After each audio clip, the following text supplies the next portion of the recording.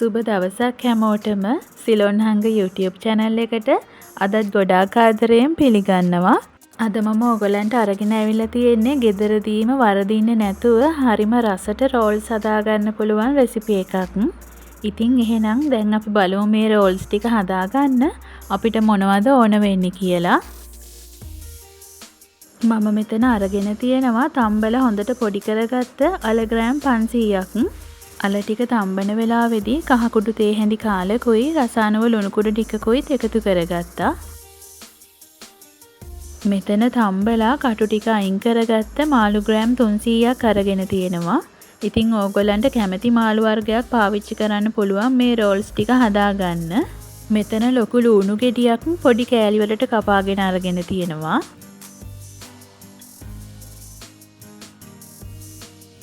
මෙතන අමු මිරිස් කරල් 4ක් විතර වගේ පොඩි කෑලි වලට කපාගෙන අරගෙන තියෙනවා. කරපිංචා අයිති 2ක කොළ අරගෙන තියෙනවා පොඩි කෑලි වලට කපාගෙන. පොඩි දෙහි කෑල්ලකුත් ඕන වෙනවා. තලාගත්ත සුදු ලුණු බික් 2කුත් අරගෙන තියෙනවා. කුඩු කරගත්ත එනසාල් ටිකකුත් අරගෙන තියෙනවා. ඉතින් මේක අත්‍යවශ්‍යම නැහැ, තියෙනවා නම් විතරක් ගන්න.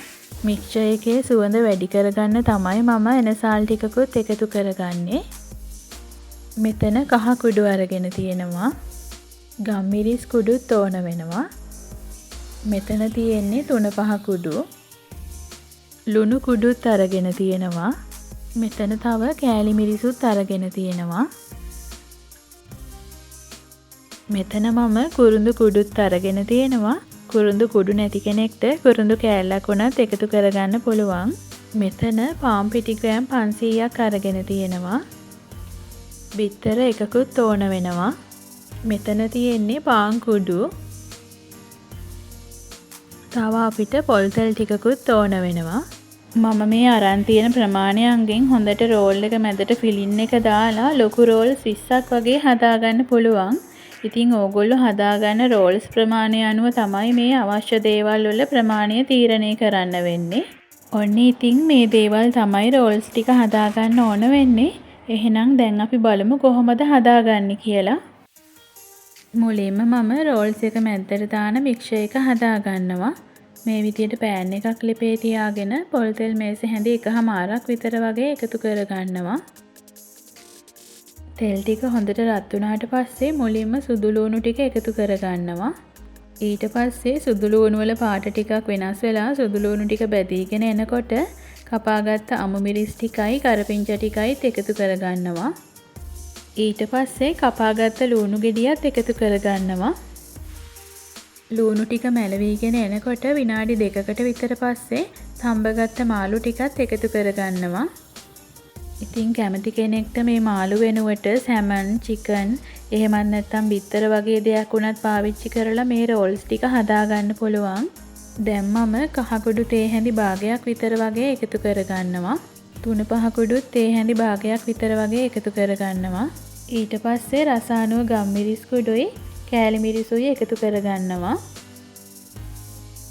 එනසාල් කුඩුත් මේ වගේ පොඩි ප්‍රමාණයක් එකතු කරගන්නවා. දැන් මම කුරුඳු කුඩු ටිකකුත් එකතු කරගන්නවා. මේ දේවල් ඔක්කොම ටික එකතු කරාට පස්සේ විනාඩි 2ක් විතර අඩු ගින්දරේ තියාගෙන මේ ටික හැඳිගා ගන්නවා. විනාඩි 2කට විතර පස්සේ මම තම්බගත්ත අල ටිකත් එකතු කරගන්නවා. ඊට පස්සේ මේ ටික හොඳට මික්ස් කරගන්න ඕනේ. ඉතින් මේ වෙලාවෙදි බලන්න ඕගොල්ලන්ගේ රසායනික ලුණු මිරිස් රස එහෙම ඇතිද කියලා. මදි නම් බලලා ඒ දේවල් එකතු කරගන්න පුළුවන් මේ වෙලාවේදී. ඊට පස්සේ අන්තිමටම මම රසායනික දෙහිස්ම ටිකකුත් එකතු කරගන්නවා. දෙහිස්ම ටිකකුත් එකතු කරගත්තාම මික්ස්චර් එකේ රස තවත් වැඩි කරගන්න පුළුවන්. ඒ නිසා තමයි මම දෙහිස්ම ටිකකුත් එකතු කරගන්නේ. ඉතින් මේ විදිහට තමයි රෝල් එක මැද්දට දාන මික්ස්චර් එක හදාගන්න තියෙන්නේ. ඊට පස්සේ තියෙන්නේ කහ පිටි බැටර් එක හදාගන්න. මම මේ විදිහට බ්ලෙන්ඩර් කප් එකක් අරන් පාන් පිටි ටික එකතු කරගන්නවා. පාන් පිටි කැට හිටින්නේ නැති විදිහට හදාගන්න ලේසි නිසා තමයි මම බ්ලෙන්ඩර් කප් එකක් පාවිච්චි කරලා කහ පිටි බැටර් එක හදාගන්නේ. අපිට අතින් මික්ස් කරලා වුණත් කැට හිටින්නේ නැති විදිහට මේ බැටර් එක හදාගන්න පුළුවන්. මට ලේසි මේ විදියට නිසා තමයි මම බ්ලෙන්ඩර් කප් එකකට දාලා බැටර් එක හදාගන්නේ. ඊට පස්සේ මම කහ කුඩු ටිකකුත් එකතු කරගන්නවා. දැන් මම ලුණු කුඩු ටිකකුත් එකතු කරගන්නවා. ඊට පස්සේ වතුර ටික ටික එකතු කරගන්නවා. පිටි ටික වැහෙන ප්‍රමාණය වෙනකම් විතරයි මම වතුර එකතු කරගන්නේ. දැන් මම බිත්තරෙත් එකතු කරගන්නවා. කහ පිටි බැටර් එකට බිත්තරයක් එකතු කරගත්තාම රොටිය තැටිය ඇලවෙන්නේ නැතුව ලේසියෙන්ම ගලව ගන්න පුළුවන්. ඒ නිසා තමයි බිත්තරයකුත් එකතු කරගන්නේ. දැන් මම මේ ටික කැට හිටින්නේ නැති විදියට හොඳට බ්ලෙන්ඩ් කරගන්නවා. දැන් මේ තියෙන්නේ මම බ්ලෙන්ඩ් කරගත්ත කහ පිටි බැටර් එක.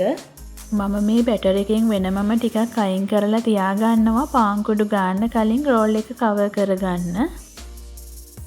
මේ බැටර් එක ගොඩාක් ඝනකමක් නැති ගොඩාක් දියාරුත් නැති බැටර් එකක් විදියට තමයි තියෙන්න ඕනේ. බැටර් එකේ ඝනකම වැඩි නිසා මම ආයෙමත් වතුර ටිකක් එකතු කරගෙන ඕන කරන ගානට බැටර් එක හදා ගන්නවා. බැටර් එකේ ඝනකම වැඩි වුණොත් එහෙම රෝල් එක නවනකොට හරියට ඇලවිලා හිටින්නේ නැහැ. දැන් මට තියෙන්නේ රොටි ටික හදා ගන්න. දැන් මම මේ විදියට පෑන් එකක් ලිපේ තියාගෙන රොටිය හදන්න කලින් පොල් තෙල් ටිකක් ගා ගන්නවා.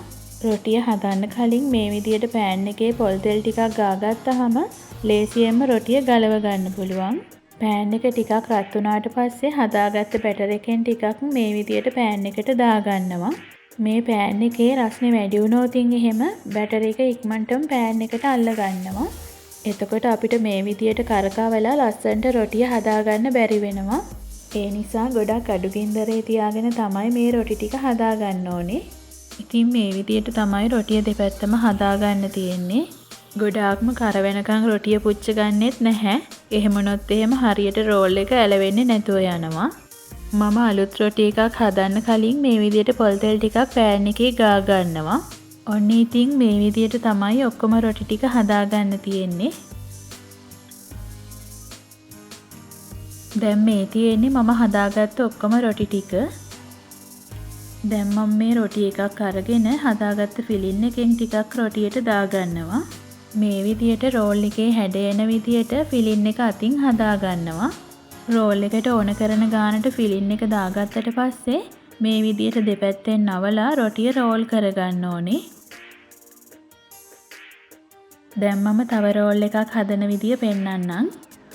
ෆිලින් එක දාගන්නකොට රොටිය දෙපැත්තෙන් නවන්න ඉඩ තියෙන විදියට තමයි ෆිලින් එක දාගන්න ඕනේ. මේ විදියට ෆිලින් එක දාගත්තාම රොටිය දිග ඇරෙන්නේ නැතුව ලේසියෙන්ම රෝල් කරගන්න පුළුවන්. ඉතින් මේ විදියට තමයි ඔක්කොම රෝල් ටික හදාගන්න තියෙන්නේ.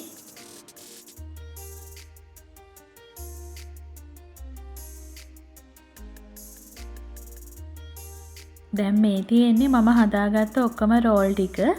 දැන් මට තියෙන්නේ මේ ටික කහ පිටි බැටර් එකේ දාලා පාන් කුඩු ගා ගන්න. මේ තියෙන්නේ මම කලින් අයින් කරලා තියාගත්ත කහ පිටි බැටර් එක. මම මේකට ආයිමත් වතුර එකතු කරගන්නේ නැහැ. මේ කහ පිටි බැටර් එක රොටි ටික හදාගන්න ගත්ත බැටර් එකට වඩා උකු ගතියට තියෙනවා නම් හොඳයි. එතකොට අපිට පුළුවන් දෙපාරක් පාන් කුඩු ගාගන්නේ නැතුව ක්‍රිස්පි ගතියට රෝල්ස් ටික හදාගන්න. කහ පිටි බැටර් එක ගාගත්තට පස්සේ මේ විදියට වටේටම පාන් කුඩු ගාගන්න ඕනේ.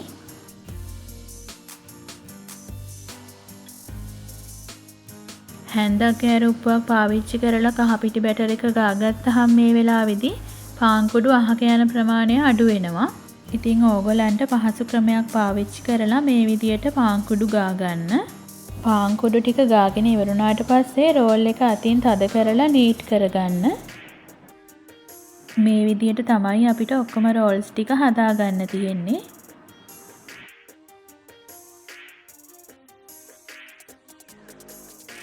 ඔන්න දැන් මේ තියෙන්නේ මම හදාගත්ත ඔක්කොම රෝල්ස් ටික. දැන් මට තියෙන්නේ මේ ටික බැදගන්න. දැන් මම පෑන් එකක් ලිපේ තියාගෙන රෝල්ස් ටික බැදගන්න ඕන වෙන තරමට පොල් තෙල් එකතු කරගන්නවා. රෝල් එක හොඳට වැහෙන්නම පොල් තෙල් තිබුණාම රෝල් එක පුපුරන්නේ නැතුව ලස්සනට බැදගන්න පුළුවන්. ඒ නිසා මම පොල් තෙල් ටිකක් වැඩිපුර එකතු කරගන්නවා. රෝල් එක තෙල් එකට එකතු කරගන්න වෙලාවේදී තෙල් ටික හොඳටම රත් වෙලා තියෙන්න ඕනේ. තෙල් ටික රත් වෙලා මදි වුණාමත් රෝල් එක පුපුරන්න බලනවා. ඒ නිසා තෙල් ටික හොඳටම රත් වුණාට පස්සේ තමයි රෝල්ස් ටික බදින්න පටන් ගන්න ඕනේ. ඉතින් මේ විදියට රන්වන් පාට වෙනකන් රෝල් එක හොඳට බෙද ගන්න ඕනේ. පෑන් එකේ ඉඩ තියෙන ප්‍රමාණය අනුව එකපාර රෝල්ස් දෙකක් තුනක් උනත් බෙද ගන්න පුළුවන්. ඉතින් මේ විදියට තමයි ඔක්කොම රෝල්ස් ටික බෙද ගන්න තියෙන්නේ.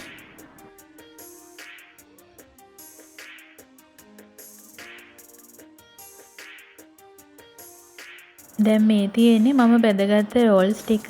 මම ඔක්කොම රෝල්ස් ටික බෙදගත්තේ නැහැ. දැනට ඕන කරන රෝල්ස් ටික විතරයි බෙදගත්තේ. අනිත් ටික කන්ටේනර් බොක්ස් එකක දාලා ෆ්‍රීසර් එකේ දාලා අරන් තියෙනවා. ඉතින් මේ විදියට එකපාර ටිකක් වැඩිපුර හදලා තියාගත්තාම ඕන වෙලාවට අරගෙන බෙදලා කෑමට ගන්න පුළුවන්. මේ විදියට තමයි මම ක්‍රිස්පි ගතියට හරිම රසට රෝල්ස් ටිකක් ගෙදරදී හදාගන්නේ. ඉතින් ඕගොල්ලොත් මේ විදියට මේ රෙසිපියට රෝල්ස් ටිකක් හදලා බලන්න කොහොමද කියලා රස. අදත් මගේ වීඩියෝ එකත් එක්ක එකතු වුණාට ඔයගලන්ට ගොඩාක් ස්තුතියි. තාමත් channel එක subscribe කරපො නැති යාළුවන්ට channel එක subscribe කරලා bell icon එක click කරලා තියාගන්න කියලා ආදරයෙන් මතක් කරනවා. එතකොට ඕගලන්ට පුළුවන් මම වීඩියෝ එකක් දාපු ගමන්ම වීඩියෝ එක බලන්න. එහෙනම් ඉතින් ආයෙමත් දවසක අලුත් වීඩියෝ එකකින් හමු වෙනකන් ඕගොල්ලෝ හැමෝටම සුබ දවසක්.